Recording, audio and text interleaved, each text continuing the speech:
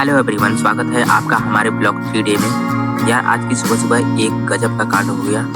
आज हम लोग अपने घर से पूरे 10 किलोमीटर दूर सिटी की तरफ निकल रहे हैं। और क्यों निकल रहे हैं? क्योंकि भाई हमारे साथ हो गया है एक छोटा सा कुरियर स्कैम। हुआ ये कि मेरे दोस्त ने मोगलिक्स से कुछ सामान ऑर्डर किया था। डिलीवरी का टाइम आया, कुरियर वाले का फोन आया।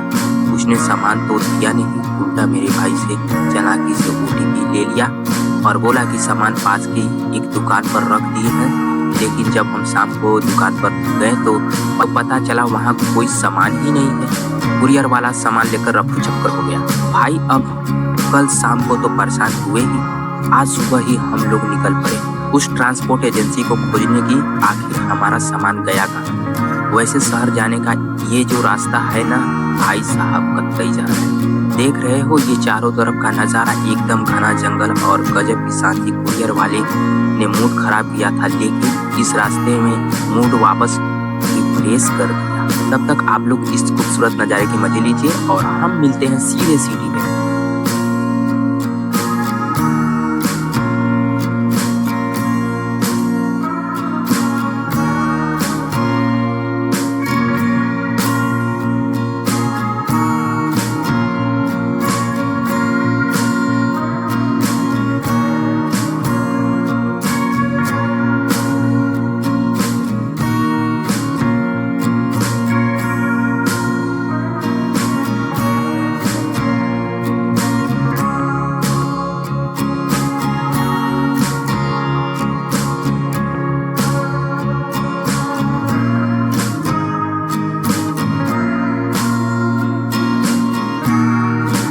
तो दोस्तों फाइनली हम सिटी पहुंच चुके हैं। सबसे पहले हमें एक फ्लिपकार्ट का कुरियर ऑफिस दिखा।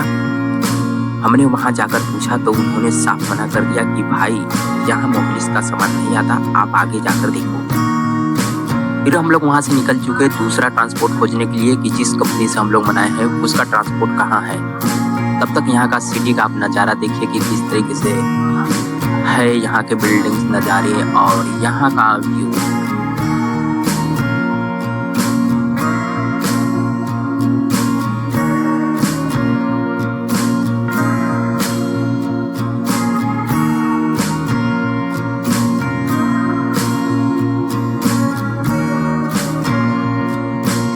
भटकते भटकते हम पहुंचे पटेल नगर की एक बड़ी ट्रांसपोर्ट एजेंसी पर।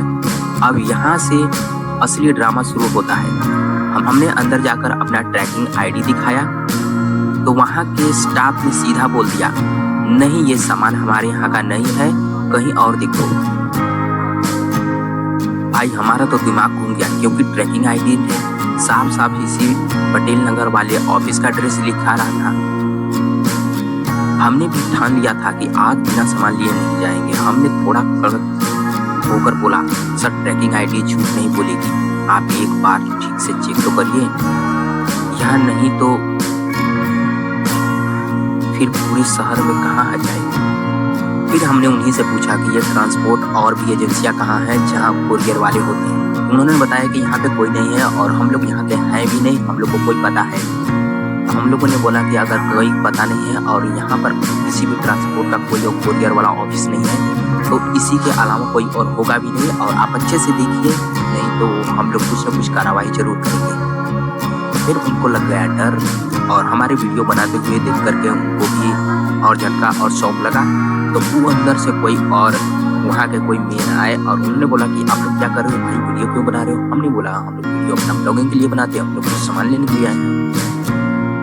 इसी के साथ अब हम लोग अपना इंक्वायरी करने के बाद हम लोग वहाँ से निकल चुके, क्योंकि हम लोग सामान नहीं मिला। जो कुरियर वाला बंदा था वो सामान लेकर के अभी तक यहाँ भी वापस नहीं आया था और यहाँ से कम 15 किलोमीटर दूर और कहीं और कुरियर दे रहा था। तो उससे उन्होंने फोन मिलाया और बोला इनका सामान क्यों लेकर के घूम रहे हो, उनका जल्दी से सामान ला करके दो। उन्होंने बोला कि सामान आपको वहीं मिल जाएगा, जिस स्थान पर आपको बोलेंगे आपके घर में पहुँचा देंगे।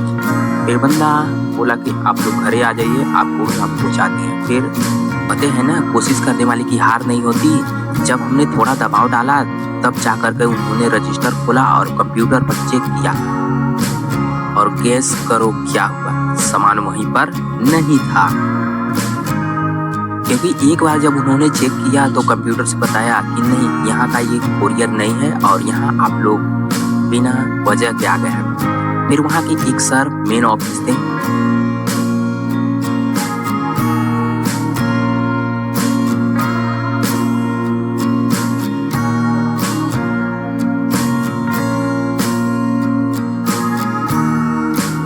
फिर हम लोग अपने घर की तरफ अब निकल चुके हैं यहाँ से, क्योंकि हम लोगों को अब सामान मिलने वाला है घर पे। तो हम लोगों ने कुछ सोचा और समझा नहीं है और डायरेक्टली हम लोग वहाँ से घर की तरफ निकल चुके हैं। तब तक आप देखिए यहाँ का नज़ारा। और भी शाम तक उस बंदा ने हम लोगों का सामान पहुँचा दिया और हम लोगों ने उनसे बोला कि इस तरीके से क्यों करते हैं। वो भी बंदा डरा और अगली बार से हमें लगता है ऐसा नहीं करेगा।